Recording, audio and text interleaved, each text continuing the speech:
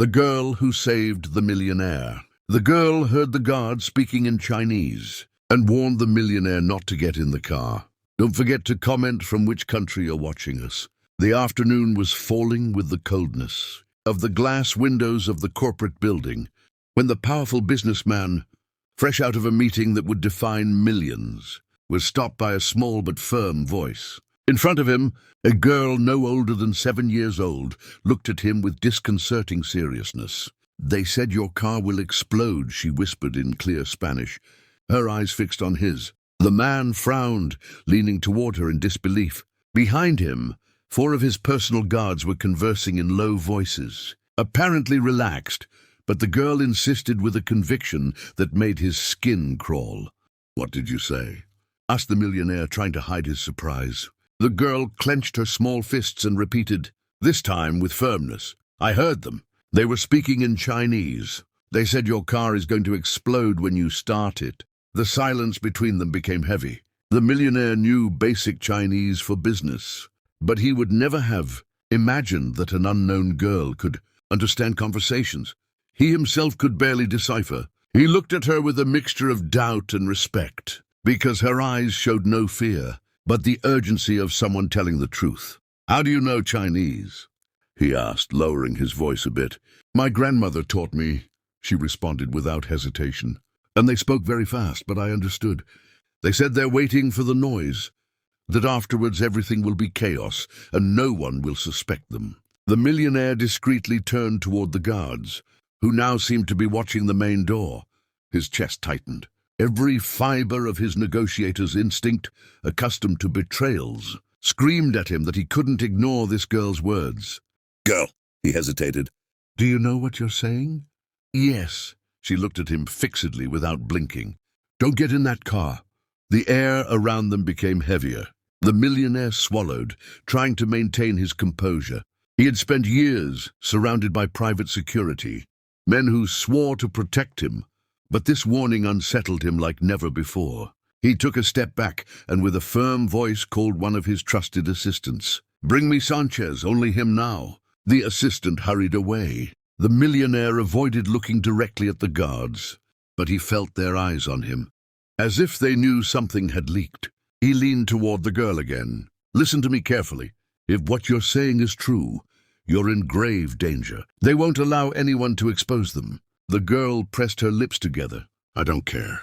My grandmother always told me that if I could help someone not die, I should speak up." Those words pierced him more than any advice from his financial advisors. In that instant, the millionaire felt that the weight of his fortune, his businesses, and his expensive suits crumbled before the simple bravery of a girl. The assistant returned with Sanchez, the only man the millionaire trusted blindly. He spoke to him in a low voice, without taking his eyes off the guards. "Check the car now, but make it look routine." Sanchez nodded and walked toward the vehicle parked a few meters away. The guards watched him tensely, exchanging short words that the millionaire could no longer ignore. The businessman's heart raced. Something was about to explode, literally or figuratively. The girl clutched his jacket, and for the first time in many years, that man accustomed to dominating entire rooms, to bending rivals in ruthless negotiations, felt real fear. Suddenly, one of the guards stepped forward, forcing a smile. "Sir, the car is ready. We must leave now. It's not convenient to delay here." The millionaire took a deep breath. His gaze alternated between the girl who wouldn't let go of, his jacket, and the guards pressuring him. He couldn't confirm anything yet, but if he made one wrong move, it might be his last. And just at that moment, Sanchez raised his hand from the car with an alarming gesture that only he understood. The tension became unbearable. The millionaire felt his throat closing. The guards turned abruptly toward Sanchez, and the girl pulled his arm desperately. Fate was about to be decided. If you're enjoying the story, don't forget to like, subscribe, and comment on what you think. The guards began walking toward the car, trying to block the view. The millionaire immediately understood that something was being confirmed. The air filled with electricity, as if everyone knew the next move could cost them their lives. And as the girl looked at him with wide-open eyes, he understood there was no turning back. The first part ends here, with the echo of an uncomfortable truth. Someone within his own security wanted to see him dead, and the only person who had warned him was a girl. The millionaire didn't take his eyes off the guards approaching the car. His breathing was slow, measured, but inside him his heart was pounding violently. The girl still held onto his jacket, trembling, though her eyes reflected the same firmness as when she warned him. Sanchez raised his voice, loud and clear so everyone could hear. "Sir, don't approach. There's a device in the engine." The silence shattered. The guards looked at each other, and one of them stepped forward, trying to smile. "It must be a mistake, boss. We checked everything." The millionaire confronted him with a hardness he hadn't used in years. "Then explain to me why Sanchez, the only man I trust, is telling me otherwise." The tension was unbearable. The girl was breathing rapidly, and in that instant the millionaire understood that this little girl had saved his life. His own guards had planned his end. Suddenly, one of them tried to move toward his jacket, but the millionaire raised his hand. "Don't even try it. Your game ends here." Around them, the building security was already beginning to notice the strange situation. Several glances fell on the group. The traitors understood they had lost control. One of them muttered in Chinese with contained rage. Everything was calculated. The girl, without hesitation, translated aloud. "He says it doesn't matter, that sooner or later someone will get you." The millionaire looked at her with a mixture of astonishment and respect. This girl had become his only ally in the midst of betrayal. "Maybe," he responded in a firm voice so everyone could hear, "but not today." Within seconds, internal security agents arrived and subdued the guards.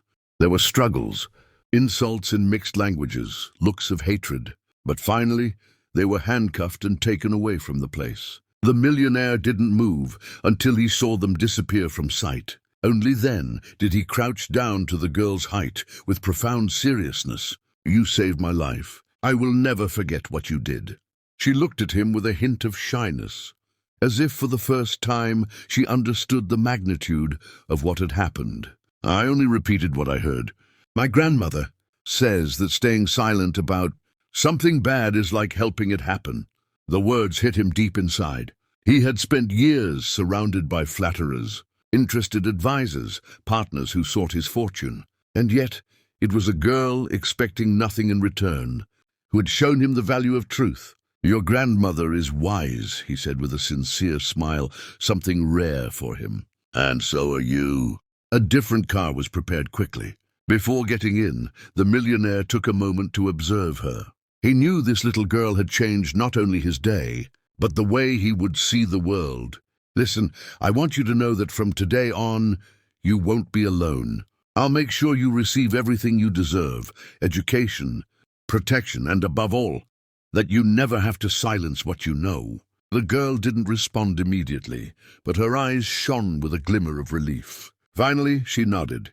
The millionaire got into the vehicle, but before closing the door, he looked at her again. That image was engraved in his memory. A girl in a green dress, firm as a rock in the face of adversity. As the car moved forward, he reflected in silence. His wealth, his companies, his contacts, everything could disappear in seconds if he didn't learn to recognize the truth, even when it came from the most unexpected voice. And there, with the noise of the city in the background, he understood the most powerful lesson he had ever received. Courage doesn't depend on age or power, but on the ability to speak when others remain silent. He never knew if that conspiracy was part of something bigger, but he understood that his destiny had changed. Through the intervention of someone as small as a girl, life had shown him that fortune can be bought, but true loyalty appears where you least expect it. Moved, he closed his eyes for a moment and thought, "I will never underestimate the voice of the innocent, because sometimes they see what we adults refuse to accept." The echo of that teaching would accompany him forever. And as the girl returned to her grandmother that afternoon, neither of them knew that the whole world would stop to hear their story. You never know who can save you or where the truth will come from. But when it appears, all that remains is to honor it and remember it forever.